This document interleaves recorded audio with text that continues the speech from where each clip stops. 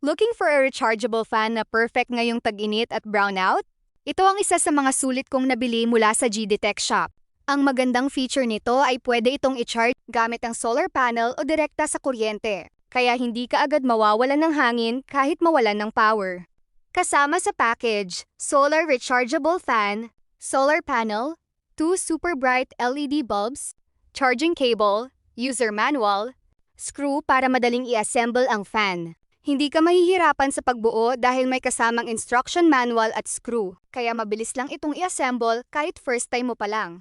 Features: 6,000 mAh rechargeable battery, 6 to 8 hours charging time, 3-speed fan, low, medium, high, built-in LED light, USB 5 volts output para makapag-charge ng cellphone o iba pang gadgets, DC output para sa dalawa kasamang LED bulbs, battery indicator lights para makita ang charge level.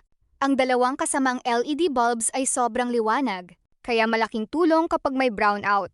Pwede itong gamitin sa sala, kwarto, kusina, o kahit sa camping at outdoor activities. Talagang sulit ito para sa bahay, lalo na kung madalas mawalan ng kuryente. Isang fan na, may ilaw pa, at pwede pang mag-charge ng gadgets.